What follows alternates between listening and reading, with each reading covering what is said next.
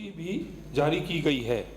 अस्पताल में biomedical waste तथा पोल्यूशन कंट्रोल बोर्ड द्वारा निर्धारित प्रक्रिया नियमानुसार वेस्ट संग्रहण हेतु एक कक्ष निर्धारित है।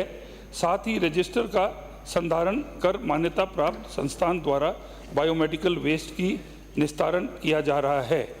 खंड 2 जी नहीं, संस्थान द्वारा अस्पताल परिसर में सीवरेज ट्रीटमेंट प्लांट स्थापित किया गया है एवं ट्रीटेड पानी का उपयोग अस्पताल परिसर में बागवानी हेतु किया जाता है।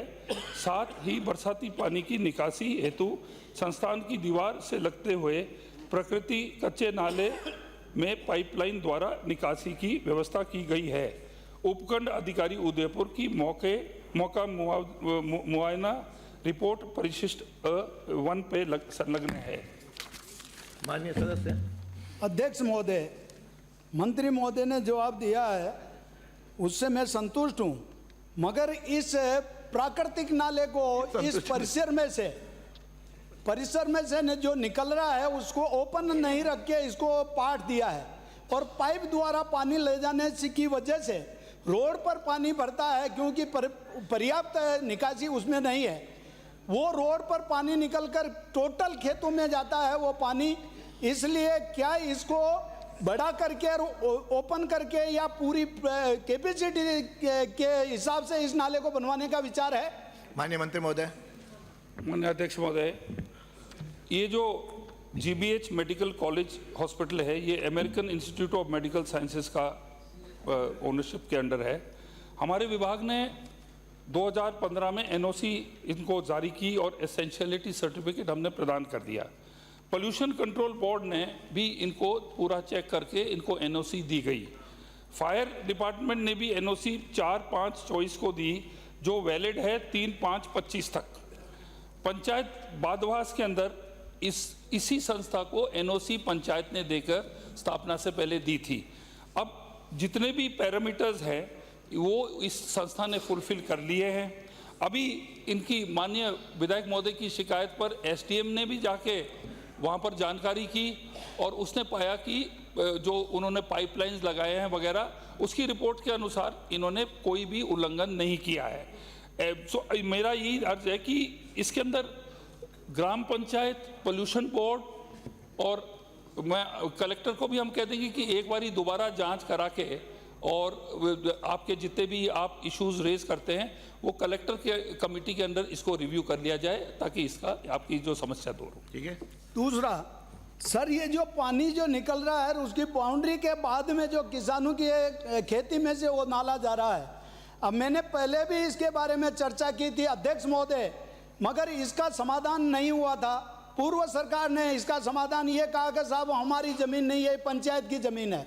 पंचायत के पास इतना बजट नहीं है जो उस नाले को प्राकृतिक नाले तक पहुंचा दे।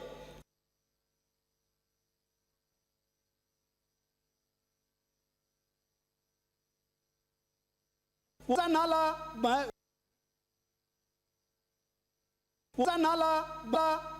एक प्राकृतिक नाली के रूप में है, उसको न तो हॉस्पिटल वाले बना रहे हैं न यूडीए बना रहा है।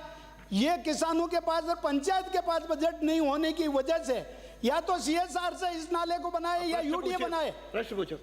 प्रश्न यही है कि इस नाले को कंप्लीट कराकर प्राकृतिक नाले तक पहुंचाने का विचार आगे रखते हैं कि नहीं? माननीय अध्यक्ष महोदय, बेसिकली मैंने पूरा तो जवाब आपको दे दिया है, सब कुछ मैंने समझा दिया है। अब ये हमारे मेडिकल डिपार्टमेंट के परव्यू में, जुरिस्डिक्शन में नहीं है। ये कोई अगर इलाज के अंदर कोई प्रॉब्लम आए तो हम पिक्चर में आते हैं। एनओसी इन्होंने पोल्यूशन से भी ली है, हमारे डिपार्टमेंट से भी ली है, एसडीएम ने भी कर दिया है। तो मैंने आपको पहले भी आपको माननीय महोदय को बताया कि हम कलेक्टर को बोलेंगे दोबारा जांच कर लें। आप भी स्वयं उनसे आप जाके मिल लें अपनी ग्रीवेंसेस। तो ये जो पंचायत का इशू और ये जो कलेक्टर के अंडर है, डिपार्टमेंट से संबंधित तो वहाँ बता दें। हाँ, आपको वैसे तो माननीय सदस्य यहाँ उठाते हैं तो उनको कलेक्टर से या किसी से मिलने की जरूरत नहीं होनी चाहिए।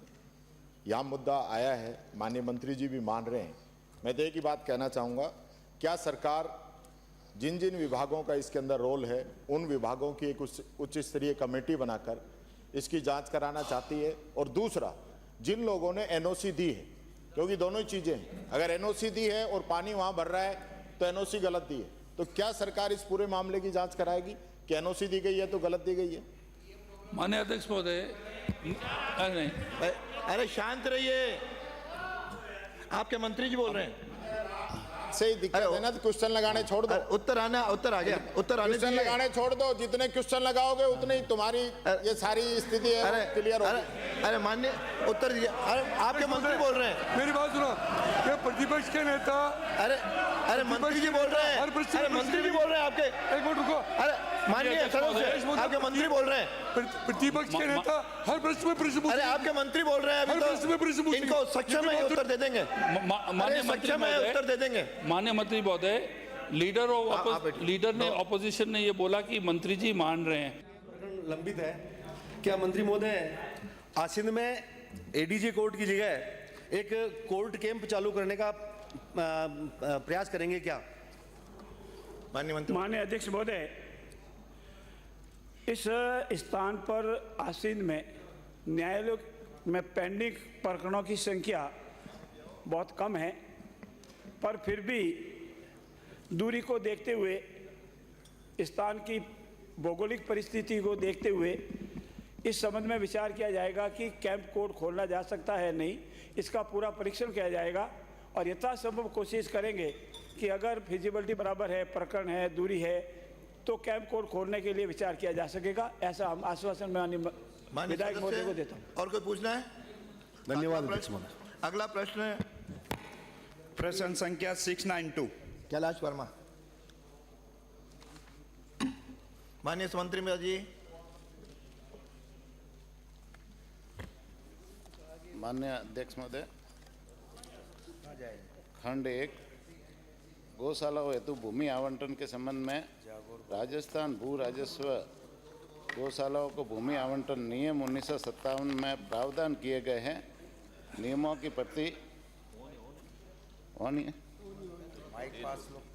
प्रति परिशिष्ट अ पर संलग्न है। खंड 2, जी हाँ, राज्य सरकार द्वारा गौशालाओं के लिए अनुदान राशि दी जाती है। जी हाँ, चारे की बढ़ी हुई दरों को देखते हुए राज्य सरकार द्वारा वित्तीय वर्ष 2022-23 से गौशालाओं में संधारित गोवंश के भरण पोषण हेतु दी जा रही सहायता राशि की अवधि 180 दिवस से बढ़ाकर 270 दिवस की जा चुकी है।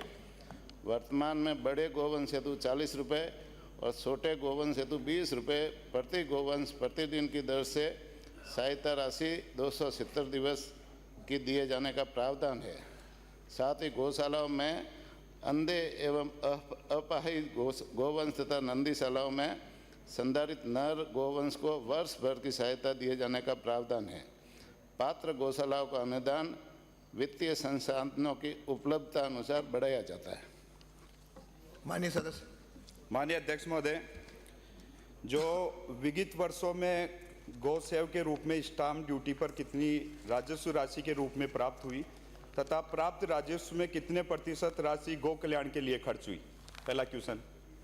इसके बारे में पूरक क्वेश्चन, क्योंकि जिस तरीके का पूरे राजस्थान के अंदर पंचायत स्तर के ऊपर गौशालाओं का अनुदान और गौशालाओं का रखरखाव, भूमि आवंटन से लेके हम पंचायत स्तर के ऊपर कलेक्टर से यहाँ से गौशालाओं को जो अनुदान मिलता है, ये सब कुछ होने के बाद में अगर सरकार गौ सेवा राजस्व 100% उपयोग हेतु गौ कल्याण के लिए विचार रखती है, तो फिर पंचायत स्तर के ऊपर जो जमीन अलॉटमेंट होती है, सब लोग कहते हैं कि आज दिन तक जितनी सरकार है, आज़ादी के बाद में जितनी सरकारें आई है गई है, चाहे वो कांग्रेस की सरकार हो, भारतीय जनता पार्टी की सरकार हो, हर सरकार ने किसी न किसी प्रकार की फ्लैगशिप योजना गौशालाओं के लिए लेके आए। मगर जब भूमि अलॉटमेंट की बात आती है तो गौशालाओं के लिए पंचायत स्तर के ऊपर भूमि अलॉटमेंट नहीं होती। पिछली सरकार 2013 से 18 की सरकार हो, माननीय भैरू सिंह जी की सरकार हो, चाहे कांग्रेस की सरकार हो, आज दिन तक केवल और केवल कागजों के अंदर नियम बने गौशालाओं के लिए। तो मेरा पूरा क्वेश्चन यह है कि पंचायत स्तर के ऊपर भी सरकार गोचर भूमि में गाय चरेगी, इसका कोई प्रावधान रखती है? पंचायत स्तर के ऊपर भूमि जमीन अलॉटमेंट का विचार रखती है क्या? माननीय मंत्री महोदय। माननीय अध्यक्ष महोदय जी, गौशाला में सेस कर के रूप में कितनी आय होती है और कितना खर्च होता है वो माननीय सदस्य को मैं इनके कार्यालय ऑफिस में भेज दूंगा। और जहाँ तक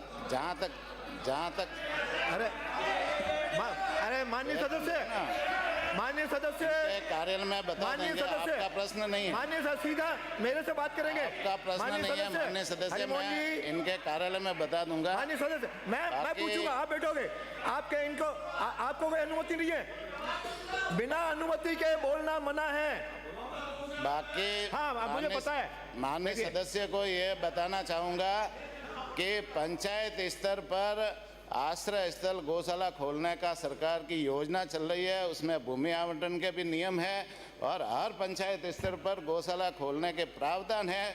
पंचायत समिति स्तर पर नंदीशाला खोलने के प्रावधान है, उसमें भी भूमि आवंटन के नियम है और वो नियमों के तहत एप्लीकेशन लगाए तो निश्चित रूप से सरकार हर पंचायत स्तर पर गौशाला खोलने के लिए बाध्य है और सरकार उसके पूरी मदद करेगी।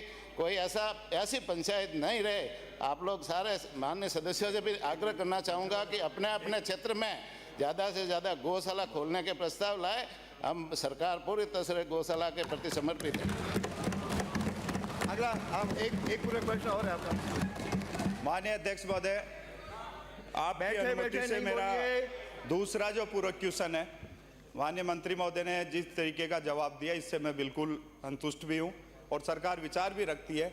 मगर पिछली बार तो सरकार थी कांग्रेस की, बैठिए और हो गया। जिस तरीके से जो लंपी के अंदर गायें मरी, आपने तो पूरे आंकड़े छुपाए। माननीय अध्यक्ष महोदय, पूरे राजस्थान के अंदर जो गौ की दशा हुई, कम से कम सरकार वो आंकड़े भी सदन की मेज के ऊपर रखे ताकि राजस्थान की जनता को ये पता तो चले कि लंपी के अंदर गायें मर रही थी, सरकार होटलों के अंदर मौज कर रही थी। कम से कम सरकार होते हुए इतना गोवंश मरना एक बहुत शर्म की बात है।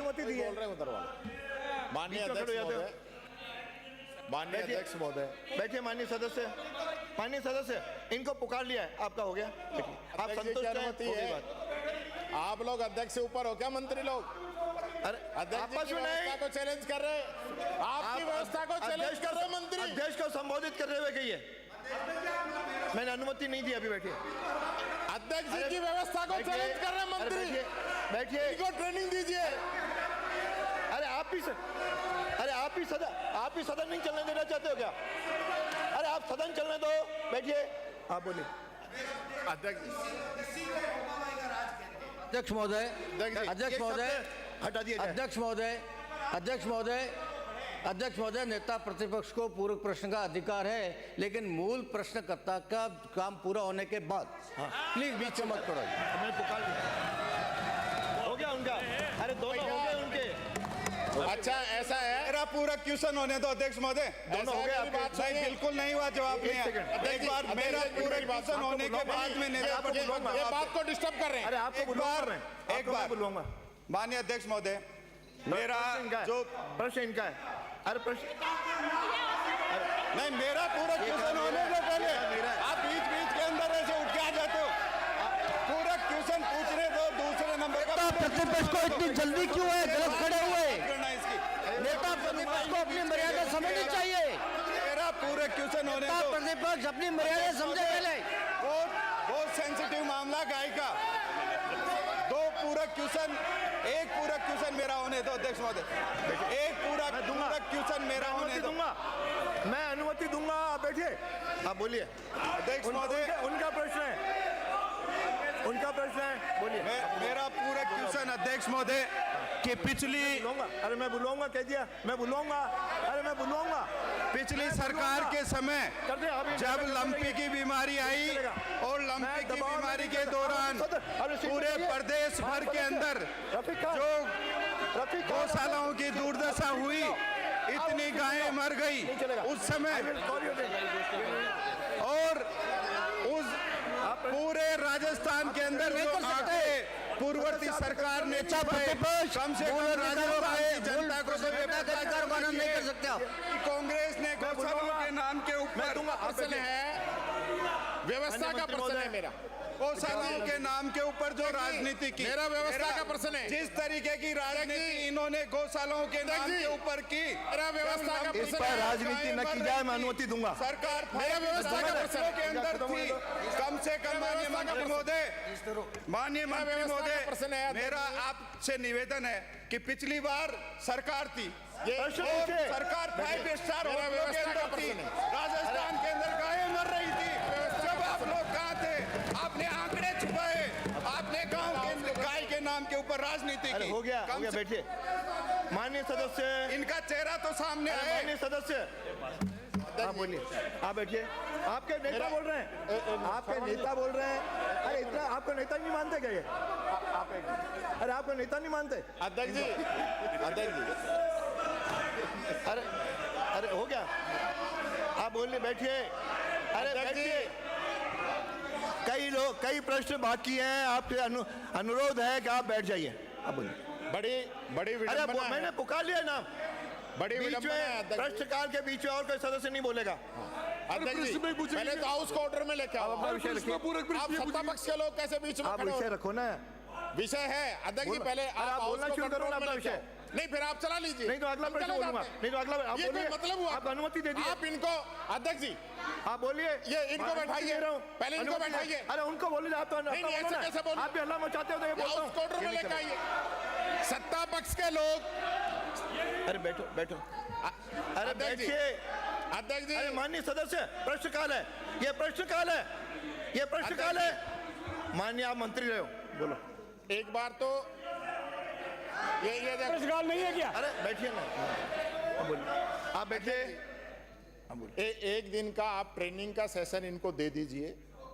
ये आपके कहने के बावजूद, आपकी अनुमति के बाद मैं बोल रहा हूं, उसके बावजूद सरकार के मंत्री जिनको बोलना नहीं चाहिए। अरे आपके अपनी सदस्य सीट को से- भी आप नेता बोल रहे हो तो नहीं बोलना चाहिए। नहीं, आप खड़े हो इनको जाते मत हैं। कहिए, इनको बोलिए, मत कहिए, आप आप बोलिए। इनको कहिए।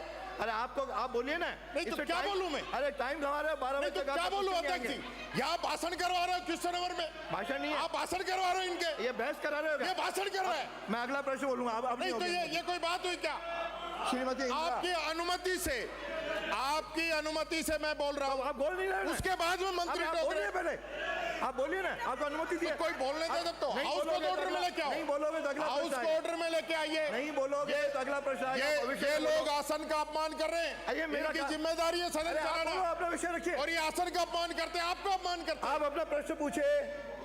आप अपना प्रश्न पूछिए। माननीय सभापति महोदय, अरे इन लोगों ने तो अपने आप मुख्यमंत्री को नेता भी नहीं समझा था पिछले 5 सालों में। अरे कौन से मुंह से बात कर रहे हैं आप अरे मंत्री लोग? महोदय, हर सवाल पे खड़ा होने की जिम्मेदारी आपकी नहीं है।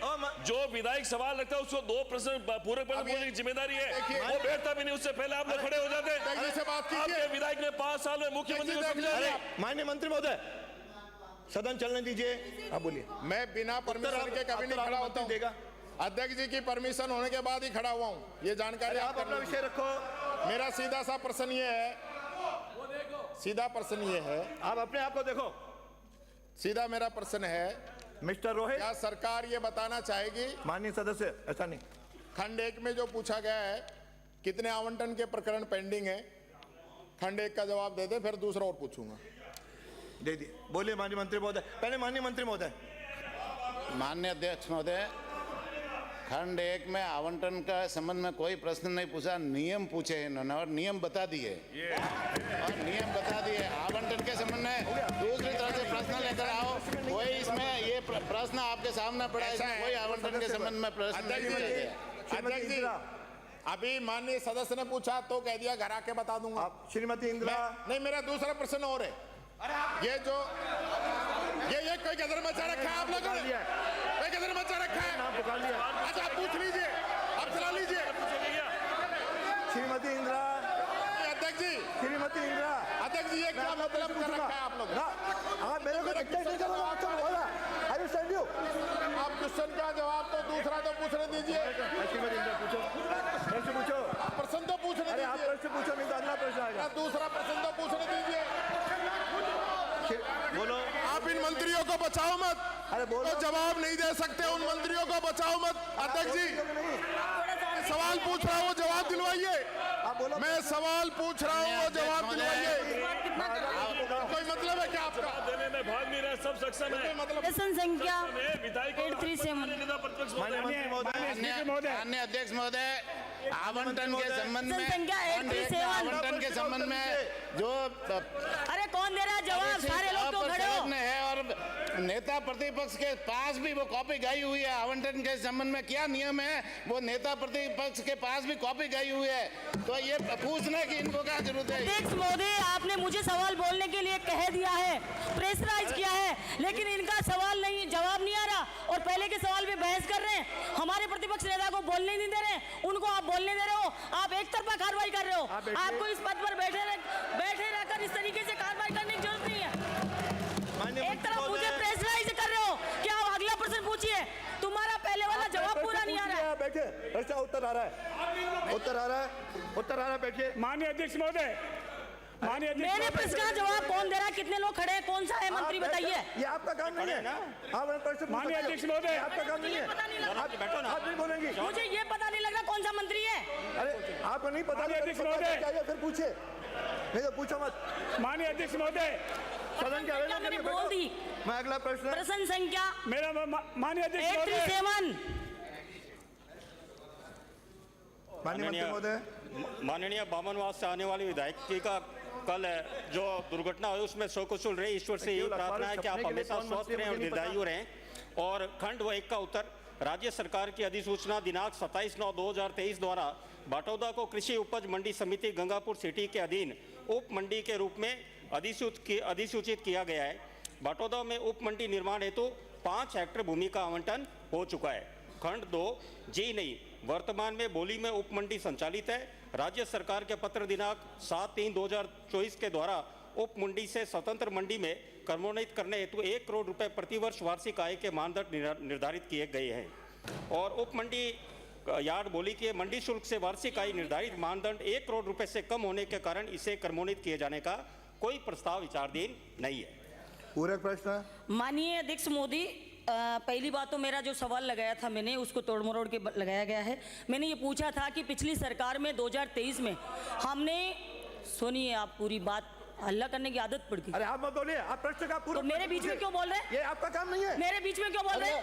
श्री, मैंने पूरा प्रश्न ये पूछा, मैंने पूछा है कि जो 2023 के अंदर कौन सी बाटौदा में कृषि मंडी आवंटन हुई, उसकी जमीन भी आवंटन हो चुकी है, क्या उसको बजट देने का प्रावधान सरकार रखती है या नहीं रखती? माननीय मंत्री, बजट मांग रहे हैं हम आपसे, और कुछ नहीं मांग रहे, पहले हो चुका सब काम। माननीय सदस्य, जो आपका प्रश्न है कि मंडी खोलने का विचार रखती है, और इसी का मैंने जवाब पूरा प्रश्न पूछ लिया ना, अब आगे बता दो। सुनिए आप अभी कल दुर्घटना समय में समझ रहा हूँ थोड़े विचलितों पर आप शांत रहिए, आपको ईश्वर पूरा ध्यान रखेगा।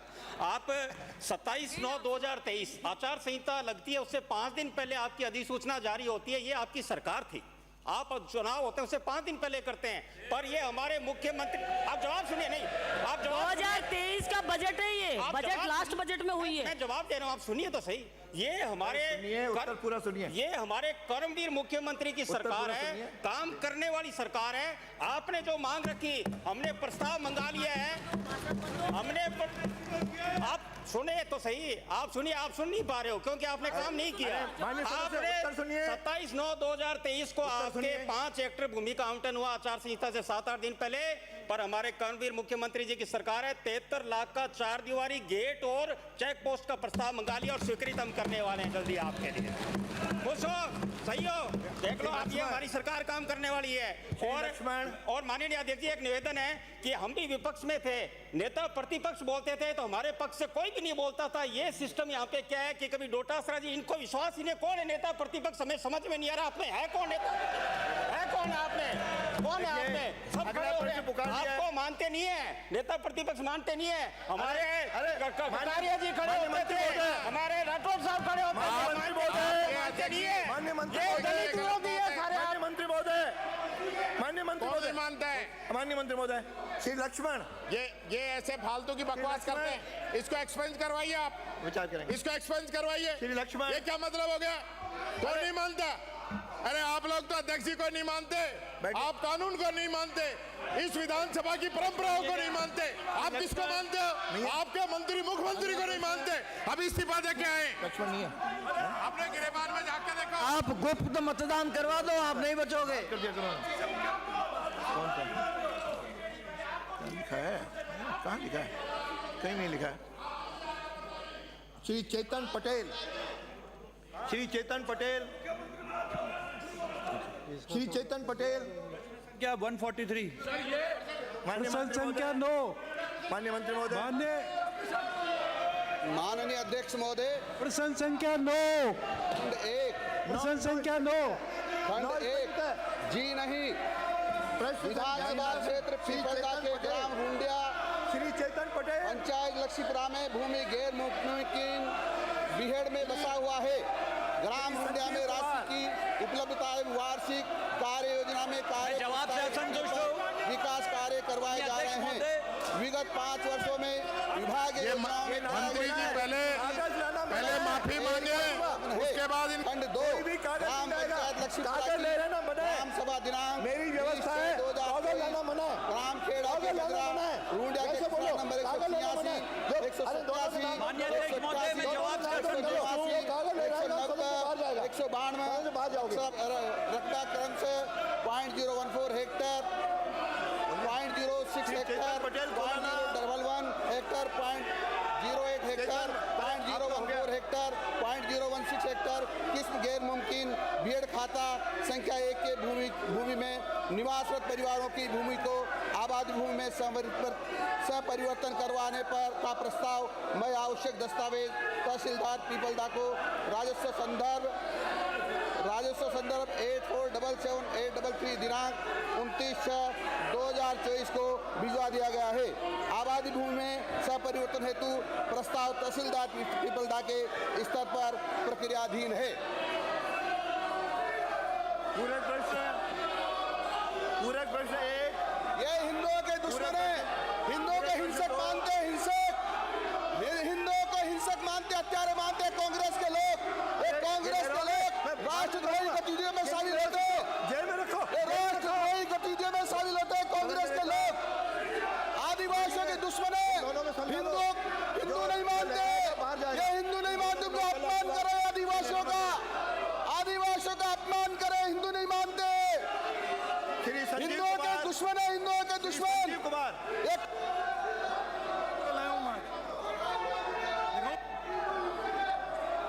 माननीय मंत्री महोदय, प्रश्न संख्या 1038 संजीव कुमार, प्रश्न संख्या माननीय मंत्री महोदय, प्रश्न संख्या 1038 माननीय मंत्री महोदय,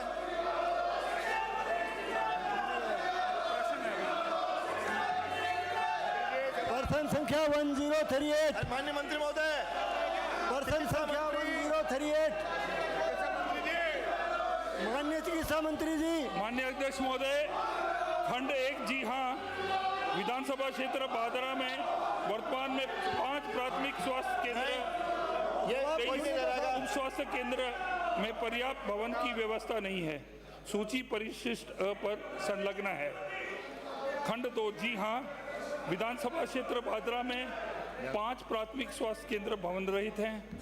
उक्त में से 4 प्राथमिक स्वास्थ्य केंद्र के भवन निर्माणाधीन हैं। 1 प्राथमिक स्वास्थ्य केंद्र भवन रहित है, जिस हेतु भूमि उपलब्ध है।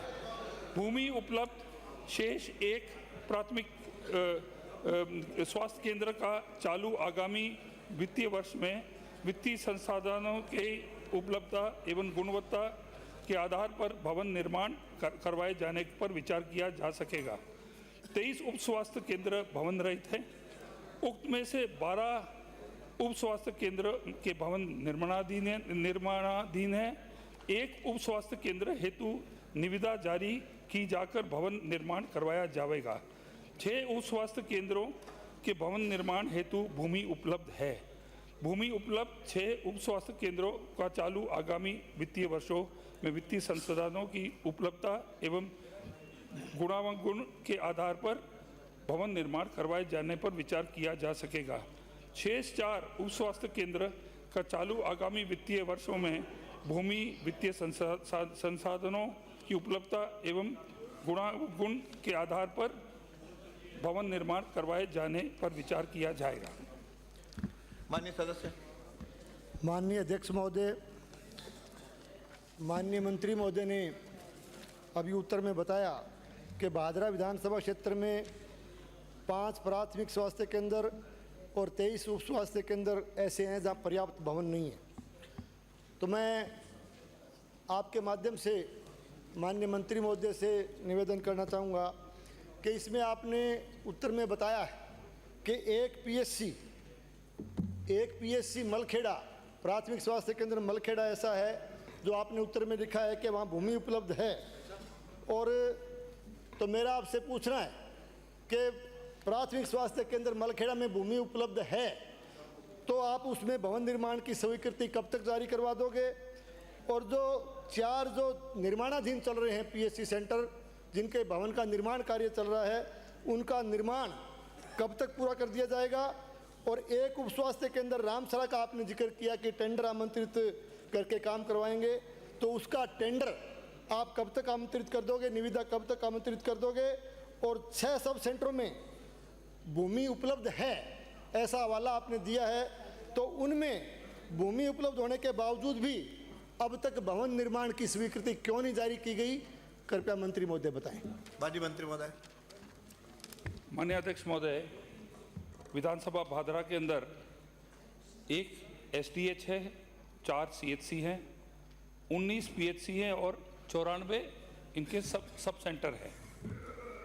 यहाँ पर जो इनके 5 पीएचसीज हैं और 2 सब सेंटर हैं, वहाँ पर इनके बिल्डिंग नहीं है। एक पीएचसी अभी 2024-25 में हम इसको टेक ओवर करेंगे, वित्तीय वर्ष शुरू होगा। 5 पीएचसीज जो हैं जिनमें भवन नहीं है, 4 में वर्क इन प्रोग्रेस है और 1 जो है अगले वित्तीय वर्ष में उसको हम ले लेंगे।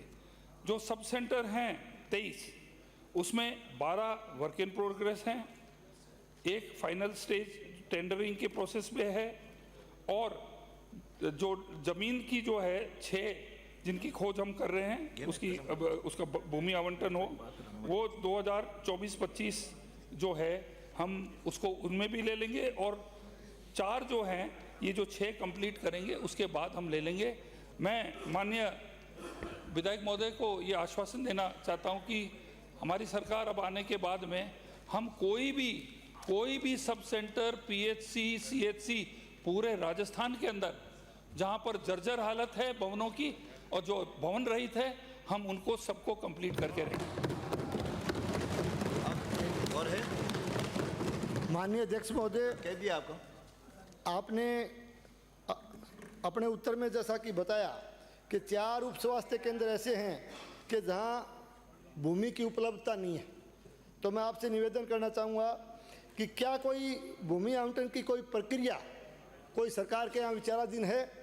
यदि हाँ, तो ये भूमि कब तक उपलब्ध करवा दी जाएगी? और दूसरा, वित्तीय संसाधन उपलब्ध होने पर बाकी निर्माण कार्य करने की आपने बात कही है, तो ये वित्तीय संसाधन कब तक उपलब्ध हो जाएंगे और ये सारे निर्माण कार्य आप कब तक करवा दोगे? सदस्य, भूमि आवंटन दूसरा विभाग करता है, मंत्री चिकित्सा मंत्री नहीं करते। अगला प्रश्न श्री रूपेंद्र सिंह कुन्नर। प्रश्न संख्या 271। बिना भूमि के हो गया। अगला बैठिए। रूपेंद्र सिंह कुन्नर। माननीय मंत्री जी। माननीय अध्यक्ष महोदय, जी हाँ, खंड 1 पशु चिकित्सा संस्थाओं द्वारा पशु पालकों के रोगी उपचारों के उपचार हेतु पशु चिकित्सा संस्थाओं की मांग एवं वित्तीय संसाधनों की उपलब्धता अनुसार निःशुल्क औषधियाँ उपलब्ध कराई जाती है। वर्तमान में उपखंड पदमपुर एवं श्री करणपुर। अध्यक्ष जी, मैंने ये पढ़ लिया है, लेकिन जो मैं पूछना चाहता हूँ मंत्री जी वो जवाब नहीं दे पा रहे। मैं ये जानना चाहता था कि कौन कौन सी दवाइयाँ उपलब्ध है और कौन कौन सी दवाइयाँ उपलब्ध नहीं है। माननीय मंत्री महोदय। माननीय अध्यक्ष महोदय, पिछली सरकार ने, माननीय सदस्य आप बैठिए, उत्तर सुनिए। पिछली सरकार ने 2019-20 के लिए 2672 करोड़ का बजट आवंटन किया था 20-21 के लिए 37 करोड़ का आवंटन किया था। 21-22 सुनो पहले सुनो, उपलब्ध है। अरे सुनो, उत्तर सुनिए। 21-22 के लिए 55 करोड़ का आवंटन किया था, 22-23 के लिए 80 करोड़ का किया था। और जो लास्ट दवाइयाँ आज कौन कौन सी उपलब्ध है? लास्ट ईयर था, बताता हूँ ना मैं। उत्तर तो सुन लीजिए। लास्ट ईयर में जाते जाते इन्होंने सिर्फ 5 करोड़ का बजट आवंटन किया, जिससे दवाइयाँ उपलब्ध नहीं हो सकी। हमारी सरकार आने के बाद में 60 करोड़ का बजट प्रावधान रखा। आज दवाइयाँ उपलब्ध है कि नहीं है साहब? 2 बार आचार संहिता लगी और उस कारण से ये दवाइयाँ उपलब्ध कराने में लेट हुआ, लेकिन आवश्यक दवाइयाँ हॉस्पिटलों पे पहुँचाने की व्यवस्था हो रही है। कौन कौन सी दवाइयाँ उपलब्ध है? आपातकालीन दवाइयाँ कौन सी उपलब्ध है आज, वो बता दीजिए। मान्य सदस्य महोदय, जो आवश्यक दवाइयाँ वहाँ के डॉक्टर्स ने लिख के दिए वो हम वहाँ उपलब्ध करा रहे हैं। कौन सी दवाइयाँ हैं? बाकी टेंडर प्रक्रिया में है और बहुत जल्दी है वो उपलब्ध करवा दी जाएगी। दवाइयाँ टेंडर प्रक्रिया में है ना। कौन सा 137 तरह की दवाइयाँ होती है और सबकी सूची नहीं बनती। आप मेरे ऑफिस में आना, मैं सबकी सूची बता दूंगा आपको। अगला श्री रविंद्र सिंह भाटी। सर पूरा जवाब नहीं दे पाए। हो गया, 2 प्रश्न हो गए। 2 प्रश्न हो गए। 177 जवाब मिल गया आपका। मैं सीधा पूरक की पूछूंगा। आरएसएमएम का वित्तीय वर्ष 2020-21, 21-22, 22-23 के लिए प्रस्तुत की गई विवरण अनुसार सामाजिक सरोकार दायित्व का नियतांश कितना निर्धारित और कितना प्रतिशत खर्च किया गया? क्या निर्धारित नियतांश संपूर्ण खर्च किया गया है? यदि हाँ तो विवरण सदन की मेज पर रखें, नहीं तो कारण बताएं। और साथ ही साथ ये जो लिस्ट मुझे भेजी गई है, मेरा निवेदन रहेगा कि क्या इसकी भौतिक सत्यापन किया गया है, और अगर नहीं तो क्यों, और करवाएंगे तो कब तक करवाएंगे? साथ ही साथ अरे एक दूसरा हो गया, इनका उत्तर दिया, फिर दूसरा प्रश्न पूछना। माननीय मंत्री महोदय।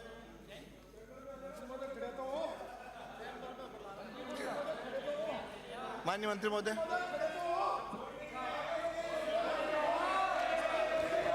कोई नहीं पता किसको जवाब देना। मंत्री महोदय, कोई नहीं पता किसको जवाब देना है ना। मैं हूं ना, आपका उत्तर आ रहा है। मैं जवाब देने खड़ा हूं ना। अरे उत्तर आ रहा है, उत्तर आ रहा है। अरे मैं खड़ा हूं ना, मैं दे रहा हूं ना, प्रश्नकाल समाप्त। मैं तैयार हूं देने के लिए। प्रश्नकाल समाप्त। साहब जवाब तो दो, डिपार्टमेंट के मंत्री कौन है? प्रश्नकाल समाप्त।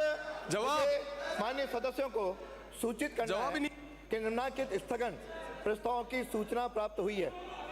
पहला, श्री डूंगरराम गेदर सदस्य की ओर से विधानसभा क्षेत्र सूरतगढ़ में अनियमित विद्युत आपूर्ति से किसानों को हो रही परेशानी से उत्पन्न स्थिति के संबंध में उपरोक्त प्रस्ताव ऐसा नहीं है कि सदन की पूर्व निर्धारित कार्रवाई को रोककर इस पर विचार किया जाए, अतः इस पर अनुमति देने में असमर्थ हूँ। दूसरा, श्री चंद्रभान सिंह चौहान सदस्य की ओर से राज्य सरकार द्वारा जारी डोडा चूरा नष्टीकरण आदेश से किसानों में व्याप्त असंतोष से उत्पन्न स्थिति के संबंध में। तीसरा, श्री हरिमोहन शर्मा एवं 23 अन्य सदस्यों की ओर से दिनांक 24 जून 2024 को कांग्रेस पार्टी द्वारा कोटा में प्रदेश की समस्याओं हेतु किए गए प्रदर्शन के दौरान पुलिस द्वारा मुकदमे दर्ज किए जाने से उत्पन्न स्थिति के संबंध में। तीसरा, श्री मनोज कुमार सदस्य की ओर से विधानसभा क्षेत्र सादुलपुर में राजगढ़ कस्बे के वार्ड नंबर 26 में बारिश के पानी के ठहराव से स्थानीय निवासियों को हो रही परेशानी के संबंध में। उपरोक्त प्रस्ताव भी ऐसे नहीं है कि सदन के पूर्व निर्धारित कार्रवाई को रोककर इन पर विचार किया जाए, अतः अनुमति देने में असमर्थ हूँ। फिर भी माननीय सदस्य श्री चंद्रभान सिंह चौहान, श्री हरिमोहन शर्मा एवं श्री मनोज कुमार को उनके प्रस्ताव के विषय वस्तु पर 2-2 मिनट बोलने की अनुमति होगी। प्रक्रिया के नियम 295। श्री विद्याधर सिंह सदस्य की ओर से विधानसभा क्षेत्र फुलेरा की पेयजल समस्या के निराकरण हेतु गोविंदी से नावा पाइपलाइन के माध्यम से इंदिरा गांधी नहर का पानी सांबर लेक में लाए जाने के संबंध में। 2, श्री हमीर सिंह भायल सदस्य की ओर से विधानसभा क्षेत्र सिवाना में विपर्जय तूफान से क्षतिग्रस्त हुई सड़कों के नवीनीकरण कराए जाने के संबंध में। श्री प्रताप सिंह सिंघवी भाई सदस्य, जब मैं आसन पांव पे है, श्री प्रताप सिंह सिंघवी सदस्य की ओर से विधानसभा क्षेत्र छबड़ा की तहसील छिपा बड़ौद के ग्राम हरनावदा शाहजी में 132 केवी जीएसएस स्वीकृत करवाए जाने के संबंध में श्री बालमुकुंदाचार्य सदस्य की ओर से जयपुर शहर में संचालित अवैध मांस की दुकानें बंद करने एवं लाइसेंस शुदा दुकानों का संचालन नियमानुसार करवाए जाने के संबंध में श्री राधेश्याम बैरवा सदस्य की ओर से विधानसभा क्षेत्र 12 अटरू के जिला चिकित्सालय 12 में हृदय एवं न्यूरो रोग के विशेषज्ञों की नियुक्ति किए जाने के संबंध में श्री माननीय सदस्य आसन पांव पे मैं बाहर भेज दूंगा। अभी जो भी आ रहा है मैं बाहर जाओ, बाहर जाइए, बाहर जाओ। श्री डॉक्टर रितु बानावत सदस्य की ओर से विधानसभा क्षेत्र बयाना के उपखंड रूपवास में स्थित ऐतिहासिक शाही तालाब के जीर्णोद्धार करवाए जाने के संबंध में श्री भागचंद टांकड़ा सदस्य की ओर से विधानसभा क्षेत्र बांदीकुई के सावा नदी से बजरी खनन हेतु पट्टे जारी किए जाने के संबंध में श्री छगन सिंह राजपुरोहित सदस्य की ओर से विधानसभा क्षेत्र आहोर में विपर्जय तूफान से नष्ट फसलों का प्रधानमंत्री फसल बीमा क्लेम की राशि का भुगतान नहीं होने से उत्पन्न स्थिति के संबंध में श्री बहादुर सिंह सदस्य की ओर से प्रदेश में भरतपुर की ऐतिहासिक विरासतों के संरक्षण एवं संवर्धन हेतु लोहागढ़ विकास बोर्ड का गठन किए जाने के संबंध में श्री चुन्नीलाल सीएल प्रेमी बैरवा सदस्य की ओर से छबड़ा में राजस्व अधिकारियों की मिलीभगत से एससी वर्ग की कृषि भूमि को सामान्य वर्ग के व्यक्तियों को विक्रय किए जाने के संबंध में श्री पूसाराम गोदारा सदस्य की ओर से प्रदेश में प्रेम विवाह से पूर्व माता पिता की अनुमति अनिवार्य करने हेतु ठोस कानून बनाए जाने के संबंध में श्री अजय सिंह सदस्य की ओर से विधानसभा क्षेत्र डेगाना में बेमौसम बरसात व ओलावृष्टि से नष्ट हुई फसल का किसानों का मुआवजा दिलवाए जाने के संबंध में श्री गोपीचंद मीणा सदस्य की ओर से विधानसभा क्षेत्र जहाजपुर की क्षतिग्रस्त सड़कों की चौड़ाई बढ़ाकर पुनर्निर्माण करवाए जाने के संबंध में श्री आदूराम मेघवाल सदस्य की ओर से विधानसभा क्षेत्र चौहटन कस्बे की नगर पालिका बनाए जाने के संबंध में श्री फूल सिंह मीणा सदस्य की ओर से विधानसभा क्षेत्र उदयपुर ग्रामीण के नाई गांव नांदेश्वर क्षेत्र की तहसील बनाए जाने के संबंध में आज से अपने पर्ची का प्रारंभ किया है। आज 44 पर्चियां प्राप्त हुई, जिनमें से लॉटरी से 4 पर्चियां निकाली गईं जो निम्नानुसार है। एक, श्री धर्मपाल, राज्य सरकार द्वारा 15 जनवरी 2024 से 31 जनवरी व 25 मई 24 से अब तक अवैध खनन, ओवरलोड वाहनों एवं बजरी माफियाओं के खिलाफ कार्रवाई किए जाने के संबंध में। दूसरा, गोविंद प्रसाद, श्री राज्य सरकार को CSC मनोहर थाना को उप जिला अस्पताल बनाना एवं CSC अकलेरा व असनावर में बेड बढ़ाने पर चर्चा। तीसरा, श्री ललित मीणा, विधानसभा क्षेत्र किशनगंज में विस्थापितों की जाति गलत लिखे जाने के संबंध में। चौथा, श्री राजेंद्र, खाद्य सुरक्षा पोर्टल बंद होने के कारण प्रदेश एवं दौसा जिले की आम